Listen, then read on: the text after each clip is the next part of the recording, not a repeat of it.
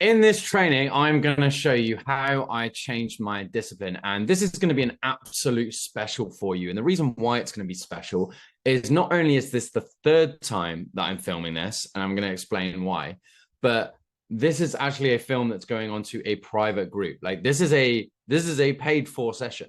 So I know the people who are tuning into this, you're getting it and you're like, this is the recording of the call that we were meant to get on Monday. Basically what happened for you people who are watching it live, I was invited to run a guest session, and unfortunately I forgot to hit record because I usually have an AI and I was using my friend's account whose session it was, so I didn't hit record. So is what it is. But the topic is discipline, and I'm gonna, by the end of this training, you're gonna have a complete roadmap of how to change your discipline.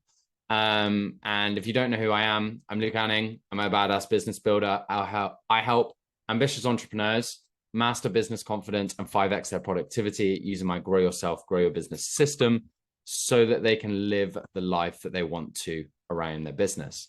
So, oh yeah, and side note, if you haven't subscribed, this is going up on my YouTube channel, so go ahead and subscribe. It means the world. I'm going to grow this thing to 1 million subscribers and we're going to make it. So for you guys who are tuning in on Instagram Live, tune in. For you people who are tuning in on YouTube, subscribe. And if you are in the business mindset membership, record as well. So this is going to be a real to the point kind of training. I say it to the point, but it's more so like if you're somebody who's bold and won't make excuses, this video is going to be for you. But if you're somebody who just kind of buys things, but then doesn't actually take any action with them, and you want to wait around until next year, or you want to wait around until next month to change your life, then click off because it's going to be a waste of time for you. The same as everything else that you've invested into has. Yeah, it's that kind of energy today. So we're going to talk around a couple of things that we actually talked around on the call. So I'm going to kind of go over some of the things that we went over on the call, but like if you're tuning into this, you're probably thinking about discipline from the traditional discipline space, kind of like the I suppose you would call it arguably hustle culture, but like more so just like the absolute grind, the you need to do everything, you need to change your whole mindset routine, you need to do a new morning routine, you need to do this. And this is where everybody goes wrong. Everybody with traditional discipline, that's meant to be a T, my bad. Everybody who does traditional discipline, they think they have to change their morning routine. They have to change their entire life. They have to do this, they have to do that, like everything. And like, yeah, like, can you do that? Like, don't get me wrong, particularly when you come out of a breakup, or you start a new membership, or you start a new investment, or you start a new program, whatever that is. Like there's going to be a lot of things with the traditional discipline that works. But I like to do my neuro identity framework. And the reason I like doing neuro identity, which is kind of my crafted way of changing everything that you will ever do in your life. The reason why I like doing this is because the key problem with this model, with the traditional discipline model on the left-hand side that we've got here, is how many of you, when you go to start a new business, or you go to start a new habit, or you go to start a new behavior, whatever it is, you're like, I'm going to do this thing, I'm going to do it every single day. And it doesn't work out. Like 2 days in, you fall off. And then you're beating yourself up for not following through. How many of you do that? Guarantee a lot of people.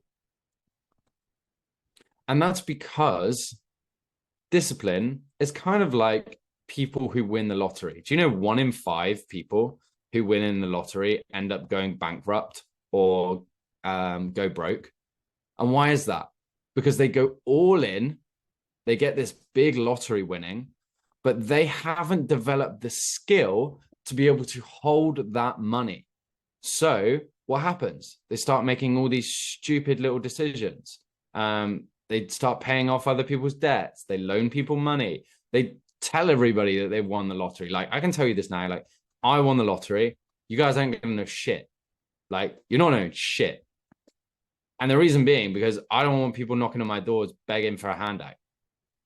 Like, I donate a lot as it is. And that's not to be a brag, but like, I do that because that's what I earned. And there's like a designated percentage rather than like all these silly decisions. And it's because there's a lack of financial discipline here that got them there.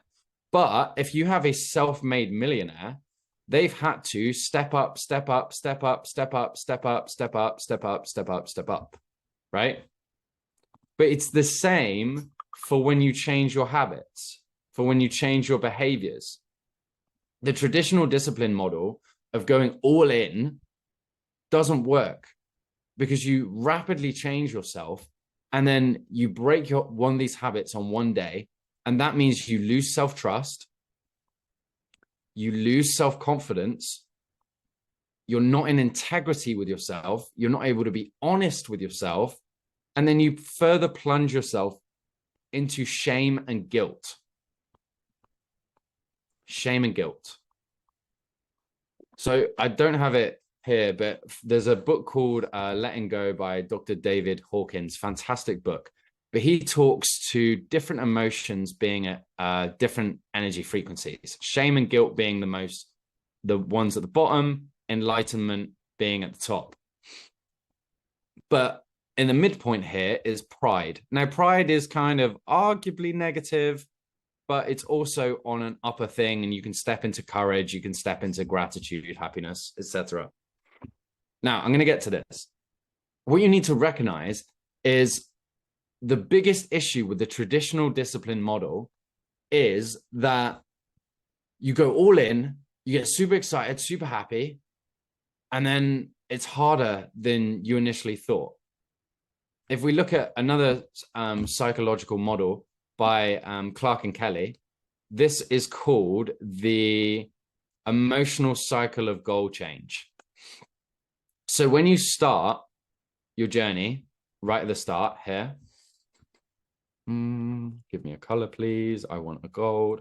When you start your journey here, you're in this uninformed optimism. It's like, yes, I'm going to do these habits. I'm going to change my life. I'm going to be the world's most disciplined person. And you start doing it, and you go to the gym for a week, or you start getting up a little bit earlier, and you're like, yes, I'm doing the thing. But then it gets a little bit harder. It's not as easy as originally thought. And what's the problem with that? Well, this means your emotions come down. This means it's a little bit more challenging. So if you guys are a network marketer, which is who I'm doing this training for, there are a lot of network marketers, there's other business women as well. But if you're a network marketer, you might think, yeah, you know what? I'm going to hit the top level in my membership, in my point system, or like whatever it is, right? I can't say that I was the world's best network marketer. I was like running three businesses at once. It wasn't a good idea. But anyhow, I was at the same space. I got really excited. I'm going to do this thing. Then you realize it's a little bit harder to stay consistent with those actions. Maybe it's the 10 connections a day. Maybe it's the 20 connections a day. Maybe it's running ads and then sending DMs outside of your 9 to 5. And this is where people fall off. People fall off at the bottom. And that's why, as a side note, for you people who I'm doing this training for, why it's so important to have mentorship, to have community, to have people around you. Because when you fall, you need people around you to be winning so that you pick yourself the fuck back up, basically. So what happens, though, as you gain discipline, which we're going to talk about in a second of how you guys can, what happens as you gain discipline, you go through this valley of death at the bottom. That's genuinely what it's called in this model. It's called the valley of death. And you finally get that consistency. You finally keep getting up after a week. You then step into hopeful realism. And when you step into hopeful realism, you then step into informed optimism, as in you figured out what works, and then you keep doing that thing, and then you get the goal. You win, right? Now, how does this relate back to this emotional model that I'm talking about?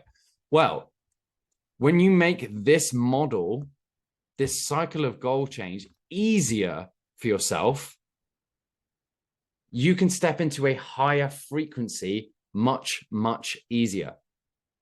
So rather than saying, I'm going to completely change my life, you start with one small thing, and that one small thing you stack over time. It's like compound interest. You put that little bit of money in the S&P 500 or stocks or bonds or whatever, and it compounds over time. Warren Buffett, Ray Dalio, two of the richest people in the world, they compound interest their money. They don't do this big lottery funding like, yeah, let's risk it on this thing. No, it's like compound interest. They're stacking wins. So this is what we're going to talk around, how you guys can stack wins for you to build discipline over time so that you build your self-trust, your self-confidence, your integrity, your honesty with yourself, and you're not welling in shame and guilt, which is the least motivating thing in the world.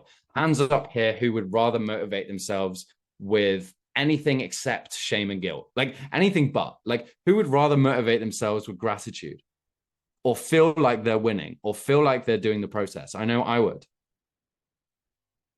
So first activity for you. If you're watching the training on record, or if you're watching this on YouTube, get out a pen and paper. Like, do not watch this video and don't take notes. Like, I can't stand it. Like, if you're going to, like, people who like invest their time watching something but don't take notes, like, what are you doing? Like, this is the gold nuggets right now. So the first thing that you're going to do, is I want to ask you, I'm fingers crossed that you guys can see this whiteboard on this recording. Otherwise, we're in for some trouble.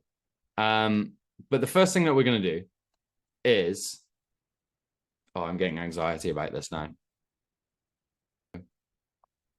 If in doubt, pull Canva out. Absolute rhythms. So, first question is,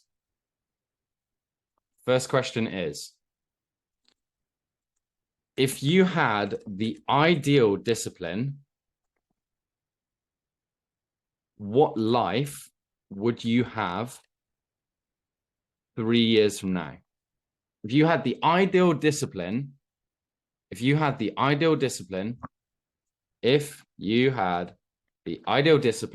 spelt wrong, no. What life would you have 3 years from now?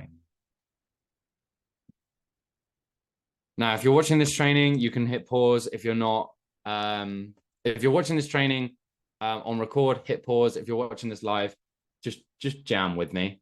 The second question to follow this up is, if you had the ideal discipline, what life would you have 3 years from now? And what would that mean to you? What would that mean to you? And the reason why we attach meaning to things is because if you don't attach meaning to things, then you don't have a reason for doing it. I see so many people like, I want to achieve this. Yeah, but why? Like, if you can't get up in the bed, if you can't get up in the morning when you say you're going to get up, it's because you haven't got enough reasons to get up. The reasons for staying in bed sound like a better sale to you than the reasons for staying where you're at. So we've got the ideal discipline. Fantastic. Now, I'm going to ask a challenging question. You're going to love it. What is the one stupidest habit or behavior you are doing that is pulling you away from this vision?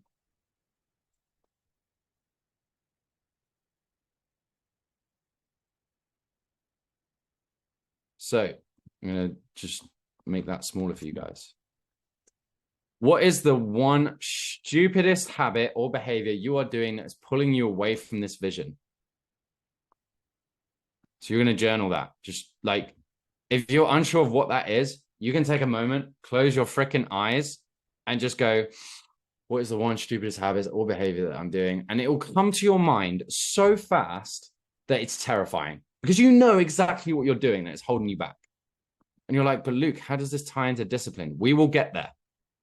We'll get there. So I just want you to figure that out. Now, why is this making sense here? Why am I attacking behavior? We'll get there. Now, what are the things you are saying on a daily or weekly basis around this habit or behavior? And by the way, this applies to so many different scenarios. So it could be, why is this always happening to me? Why am I never able to fix this? Why am I always attracting toxic people into my life? Why do I never have money? Why am I not able to get up in the morning? Like, it's all this like, why? Why? We call it the wow reasons. It's like typing in the buttons and being like, let's call a wambulance for our excuses. Now, I know I'm being hard here, but what I mean by that is your thoughts control your feelings, which control your actions, which control your results, which control your circumstances. Your thoughts, feelings, actions, results, circumstances. So if you're not where you want to be right now, if you're not enjoying the circumstances are dictated by thoughts, which are dictated by feelings, which are dictated by actions, which give you results, which give you the circumstances. So if your sales suck, there's probably some thoughts you're having around your sales. If your marketing sucks, it's probably because your thoughts aren't in alignment. If your discipline sucks, it's probably because your thoughts aren't in alignment. So I want you to understand what are the things you're saying on a daily, weekly basis around this habit behavior, because this goes higher up. There's been multiple studies that have suggested that people who identify as a smoker find it more challenging to stop smoking than people who say, I smoke. People who identify as I'm a smoker find it more challenging to quit the habit of smoking because of how they identify themselves around it. And this is important. This shows up in relationships. This shows up in so many different things. It's how we identify ourselves and how identity works. And this is why, like, I'm so hard on it in my teaching. It's the first thing that we do with everyone. Every traditional mindset coach is going to talk about get rid of your limiting beliefs. Now, that's great, but it's not high enough. It's not high level enough. It doesn't change things well enough, because what it should look like is you have your identity, then we've got your beliefs and values. Maybe you're results driven, maybe you're growth orientated, maybe you're family orientated. That'll be examples of values.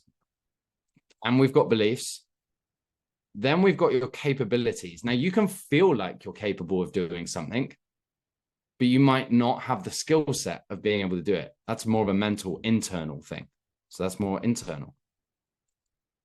On the flip side, you might not feel capable of something, but you've done the thing enough times that externally you're able to do it, right?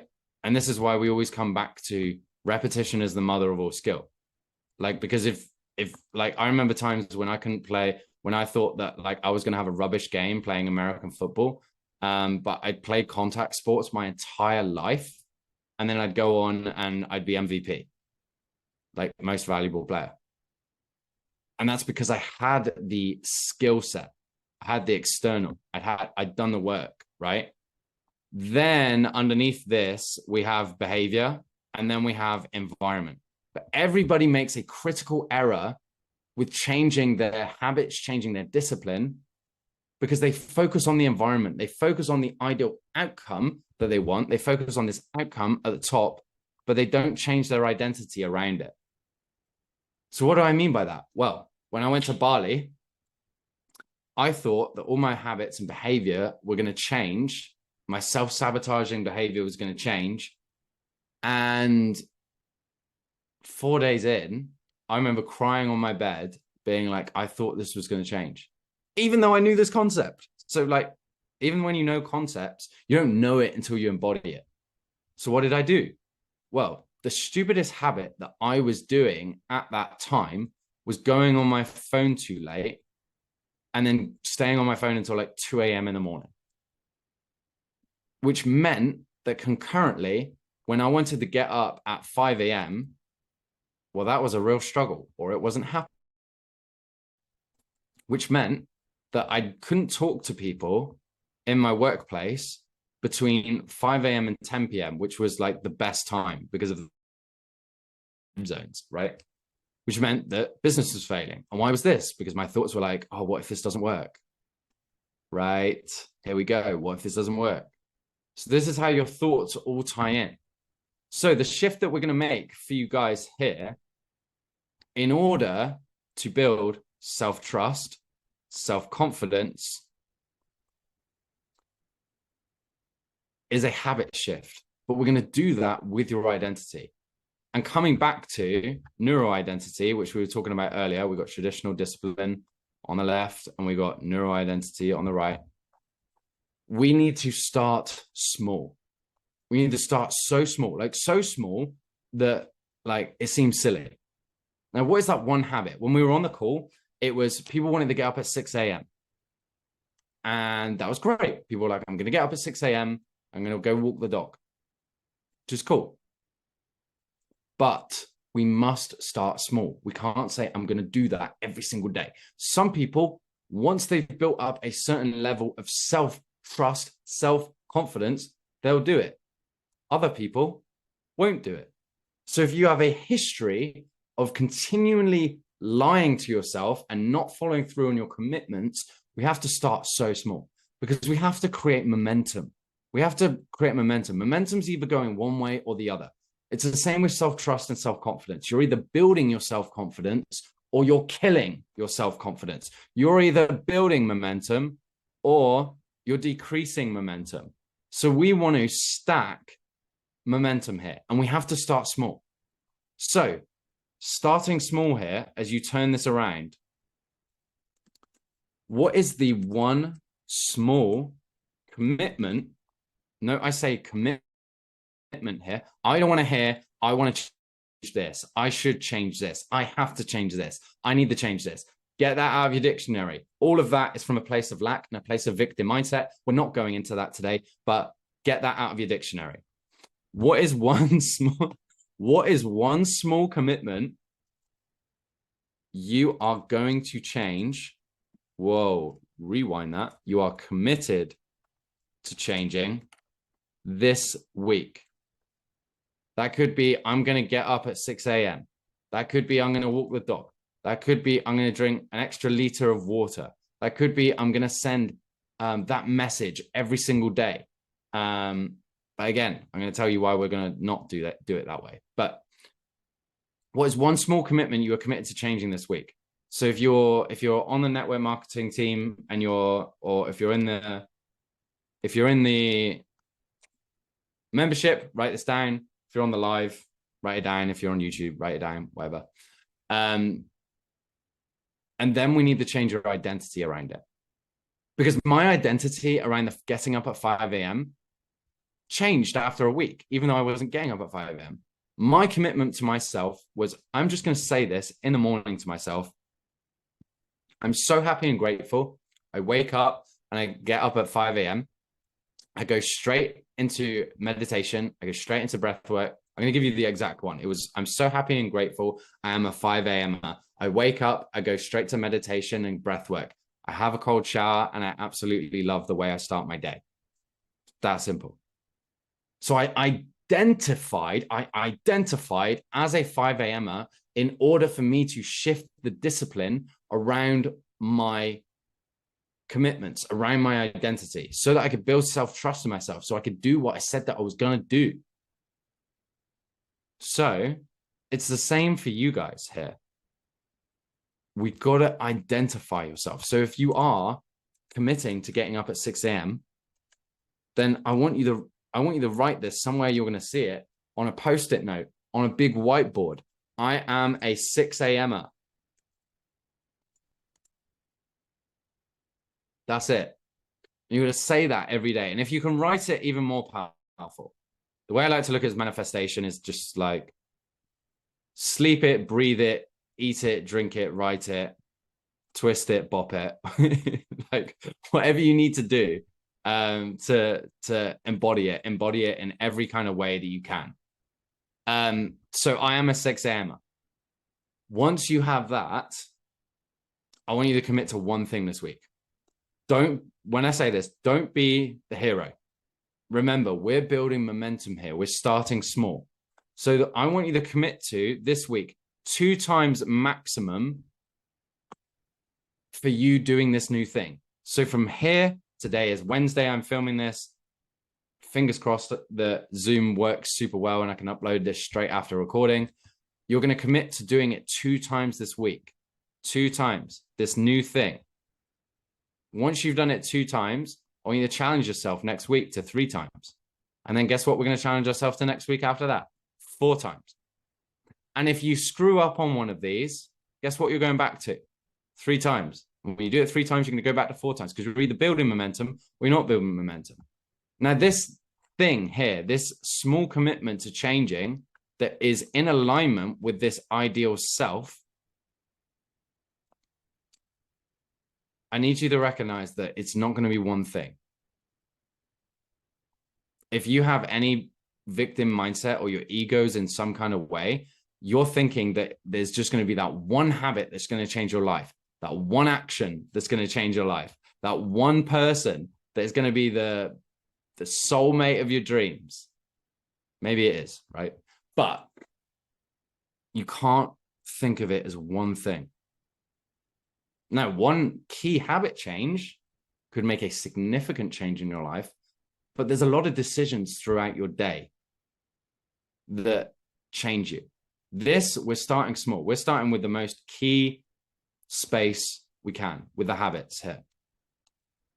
And you're going to recognize that it's not just creating momentum here, it's creating momentum in every other place in your life.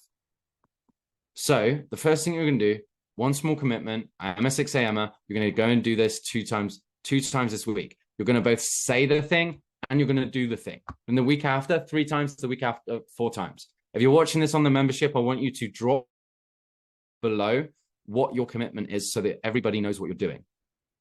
And then as you get more skilled and you build self-trust and you build self-confidence, you can start doing more things at once. So for example, on my whiteboard here, I've got this week, 3 new commitments. So I've got evening journal, I've got Duolingo, and I've got some journaling for my clients. That's what I've got for this week. But when I started this, when I was in Bali and I was in a mess, I had to start small. I had to just start with one thing. I am a 5 a.m.er. And then after that, I was like, okay, breath work and meditation. I mean, I was saying, I am a 5 a.m.er. I wake up, I go to breath work, I meditate, etc. But I wanted to start small.